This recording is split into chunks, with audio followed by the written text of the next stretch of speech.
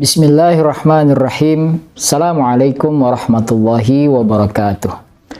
Alhamdulillahirabbil alamin. Wassalatu wassalamu ala Rasulillah Muhammadin sallallahu alaihi wasallam wa ala alihi wa ashabihi ajmain. Amma ba'd. Teman-teman yang dirahmati oleh Allah Subhanahu wa taala. Setiap kita atau setiap orang pasti menginginkan yang namanya kebahagiaan.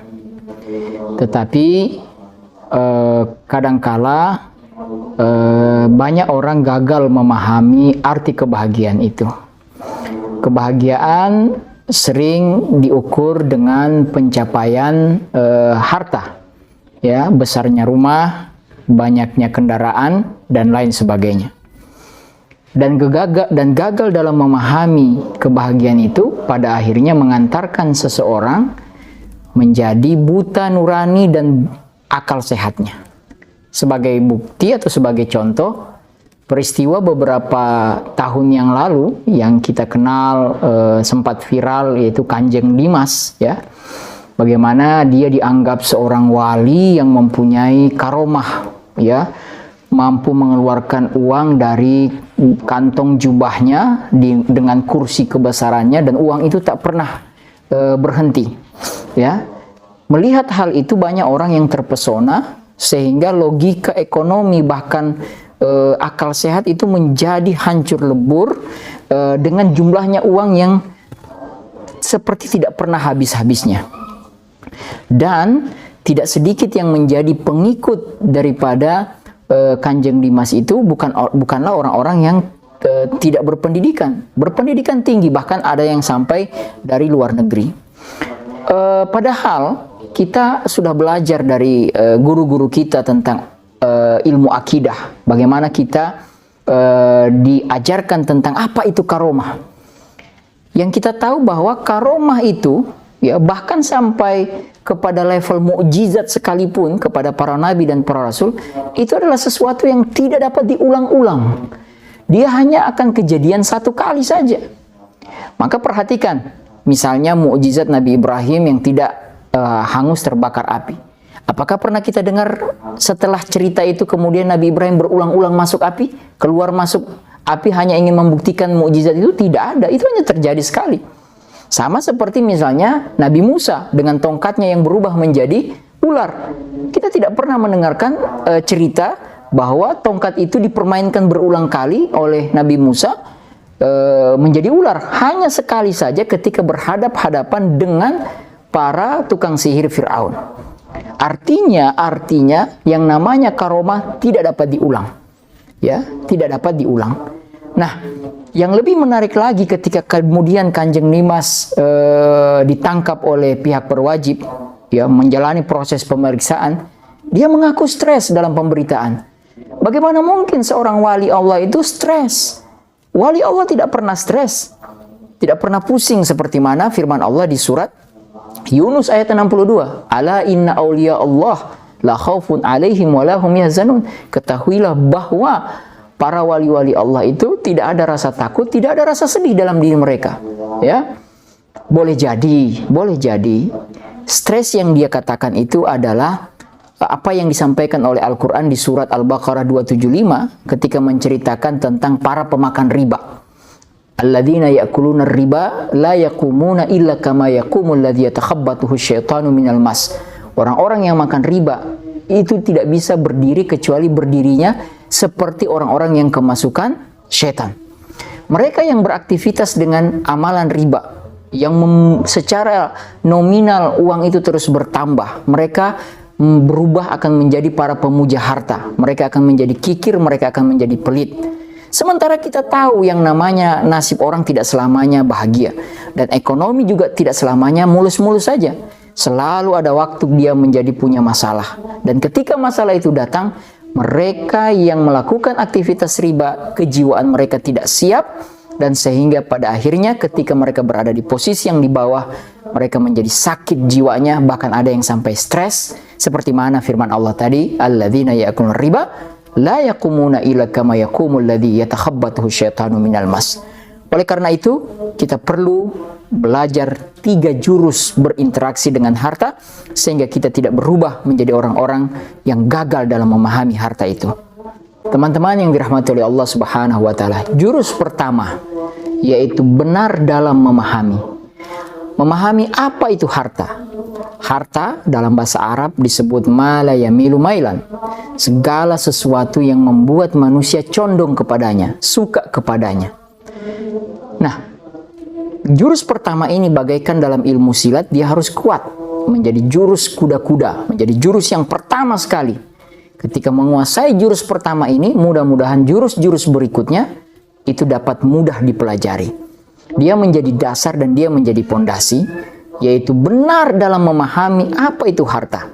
Yang pertama, bahwa harta itu adalah milik Allah Subhanahu wa taala. Walillahi ma fis samawati wa ma fil ardi. Ya, seperti itu kata Al-Qur'an dalam banyak ayat diulang-ulang, bahwa sesungguhnya milik Allah apa yang ada di langit dan di bumi. Kesadaran akan ini membuat kita tidak menjadi gagal dalam berinteraksi dengan harta. Karena kita kembalikan semuanya datangnya dari Allah dan kembali kepada Allah Subhanahu wa taala. Yang kedua, harta itu adalah amanah. Disampaikan oleh Al-Qur'an oleh Allah Subhanahu wa taala dalam surat Al-Maidah ayat 18. Walillahi mulkus samawati wal ardi wa ma bainahuma. Kerajaan Allah lah antara langit dan bumi, ya. Wa ilaihil masir. Ya, dan semua apa yang ada di langit dan di bumi itu wa ilaihil masir, akan kembali kepada Allah, termasuk harta. Harta itu kemudian menjadi amanah yang harus dipertanggungjawabkan.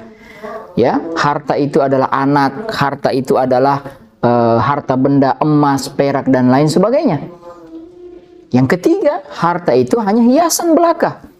Dan itu Allah katakan dalam surat Ali Imran ayat 14.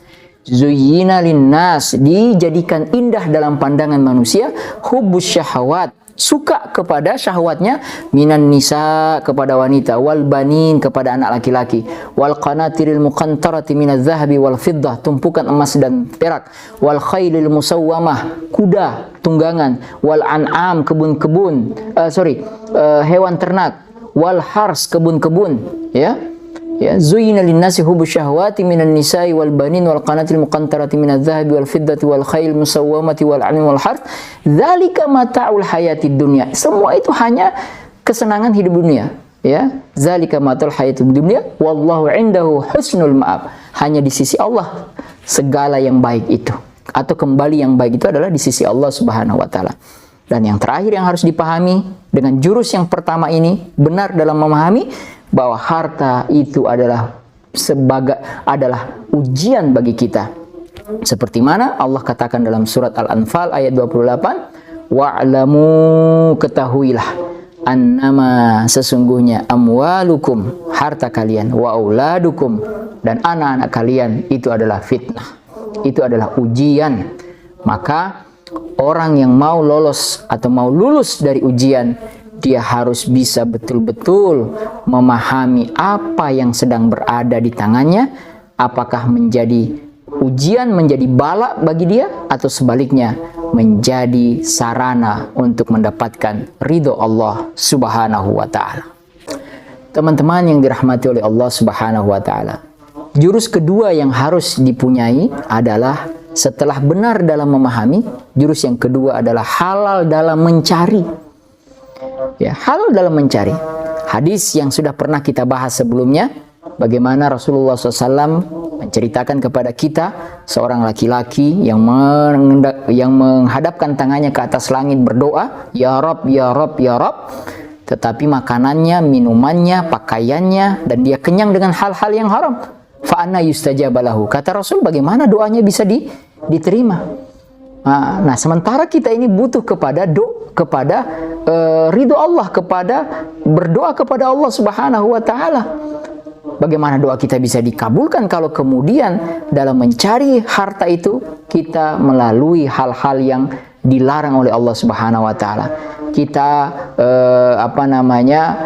maisir, judi, ya, kita ada goror dalam bisnis kita, ada ketidakpastian, ada hal yang abu-abu. Padahal Rasulullah SAW mengatakan innal halala bayyin, halal itu udah jelas, wa innal harama bayyin, yang haram juga sudah jelas, wa bainahuma umurun mutasyabihat, di antara keduanya memang ada perkara syubhat, tetapi yang syubhat itu lebih condong kepada yang haram, ya. Jadi ada judi, ada riba, ada goror, riba terutama, ya. Bagaimana kita bisa memiliki keberkahan dalam harta kalau jurus kedua ini kita haram dalam mencari, tidak halal dalam mencari, ya.